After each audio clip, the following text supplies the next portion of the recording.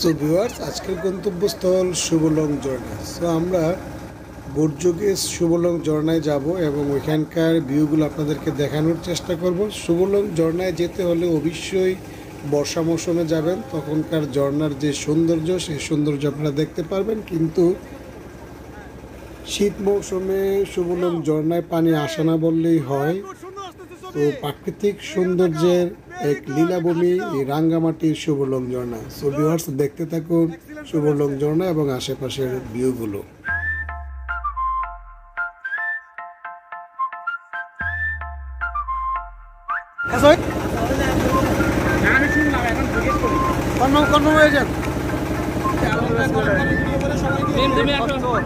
শুনেন শুনেন, অসুবিধা হ্যাঁ।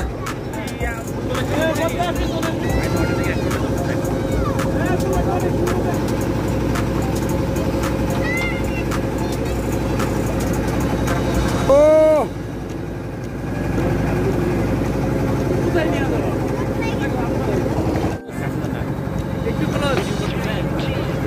ছবি তো নিলাম। ড্রাইভার একটু বলে দেন। এই যে এটাই জন্য পানি নাই, না না এখানে নামবো না, এটা বড়টা। ওই যে সিঁড়ি দেন না, ওই যে সিঁড়ি। হ্যাঁ, শুভলং ঝর্ণা বড়টা দেখতে চাইলে আপনাদেরকে 20 টাকার টিকিট দিয়ে আপনাকে দেখতে হবে, আর ছোটো ঝর্ণা আপনারা ফ্রিতে দেখতে পারেন। তো আমরা দেখবো ছোটো ঝর্ণাটি। কিচ্ছু না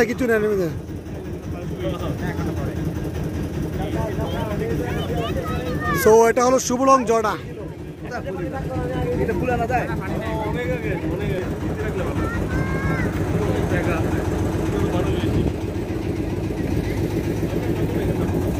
এখানে নামবো না, আমরা ওই ছোটটার ভিতরে নামবো, ওখানে পানি আছে। হ্যাঁ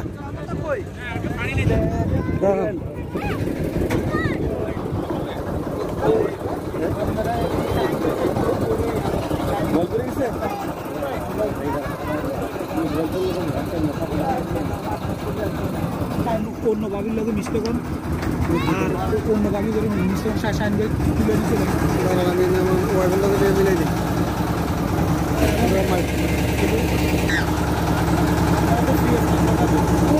ওইদিকে নিব না ভাই, এখন আবার হ্যাঁ ভিডিও থেকে পাবেন।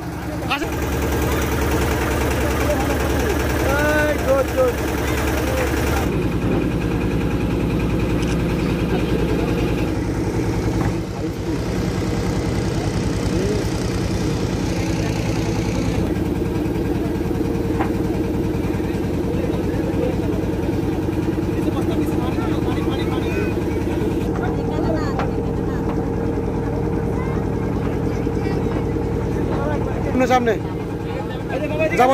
যাবো আদিবাসী।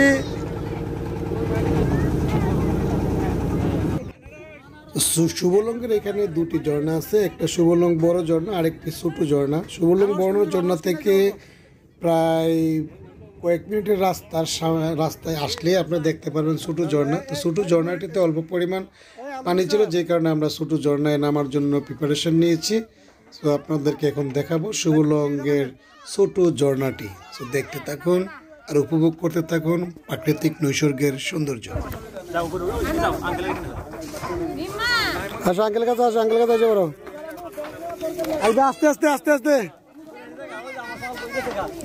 সো পাহাড়ের উঁচু নিচু রাস্তা দিয়ে কিন্তু যেতে হয়, আপনারা খুব সাবধানে এখানে যাওয়া আসা করবেন। তো আমাদের সবাই একে নামতেছে সেই শুভলং ছোট ঝর্ণায় পানি আছে কিনা তা দেখার জন্য। সো আমরা গিয়ে দেখি এখানে পানি পাওয়া যায় কিনা। সো নর্মালি শীত মৌসুমে ঝর্ণাগুলোতে পানি থাকে না। আপনারা যদি ঝর্ণার সৌন্দর্য দেখতে চান তাহলে অবশ্যই আপনাদেরকে গ্রীষ্ম মৌসুমে বা বর্ষা মৌসুমে আপনাদের যেতে হবে এই কাপ্তাই লেকের ঝর্ণাগুলোতে। এখানে কিন্তু খুব ভালো আনারস পাওয়া যায়। আপনারা যারা আনারস খেতে পছন্দ করেন আপনারা খেতে পারেন এখান থেকে আনারস এবং ফ্রেশ ফরমালিন মুক্ত আনারস খুবই টেস্টি। সো আপনারা সেই স্বাদ উপভোগ করতে পারেন। সো দেখতে থাকুন ঝর্ণার সৌন্দর্য। যায় না? হ্যাঁ তাহলে দেখেন তাহলে ছোটগুলা দিদি 30 টাকা কি জোড়া? এক পিস হলো 30 টাকা। এই ওইগুলা 20 টাকা করে রাখেন। কত করে? আঙ্কেল শুধু দাঁড়াও। কোনটা কত আমার কাছে আসো? 150 করে চারটা।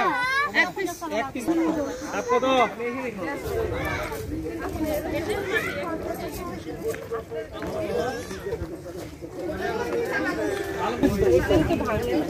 আপনাদের কত করে কিনেন? নৌকা ভাড়া দিতে হয় না?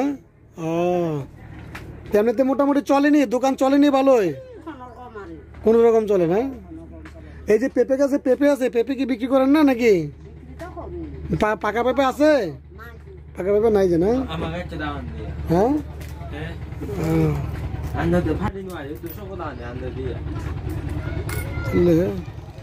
কাপ্তাই লেকের সৌন্দর্য উপভোগ করতে করতে এখন আমরা চলে যাব টঙ্গর রেস্টুরেন্টে এবং ওইখানে আমাদের দুপুরের খাবারের অ্যারেঞ্জ করা আছে এবং সেখানে আমরা দুপুরের খাবারটা সেরে নেব।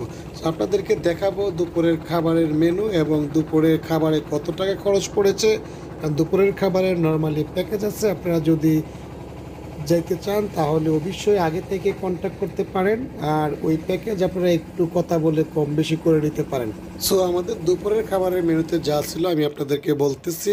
আপনার ভাত ডাল আনলিমিটেড, তারপরে আপনার ছিল বেম্বু চিকেন যেটা পাহাড়ি একটা স্পেশাল খাবার, তারপরে রয়েছে চাপিলা মাছের ভর্তা, সবজি এবং পানি।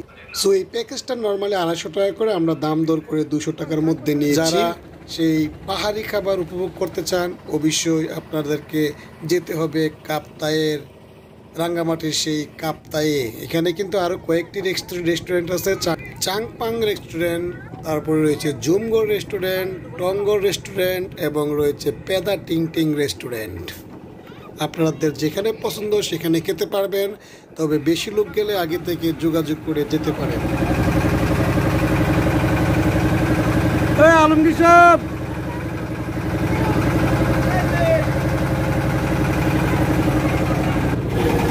তো মনে হয় কিছু হবে না।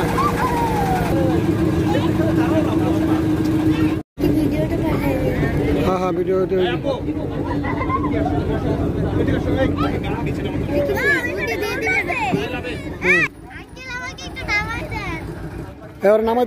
দুপুরের খাবার খাওয়ার জন্য টঙ্গর রেস্টুরেন্টে চলে আসলাম এবং পরবর্তী ভিডিওতে আপনাদেরকে টঙ্গর রেস্টুরেন্টের খাবারের মেনু থেকে শুরু করে বিস্তারিত দেখাবো। সো পরবর্তী ভিডিও দেখার আমন্ত্রণ জানিয়ে ভিডিওটি এখানেই শেষ করলাম। ভালো থাকবেন।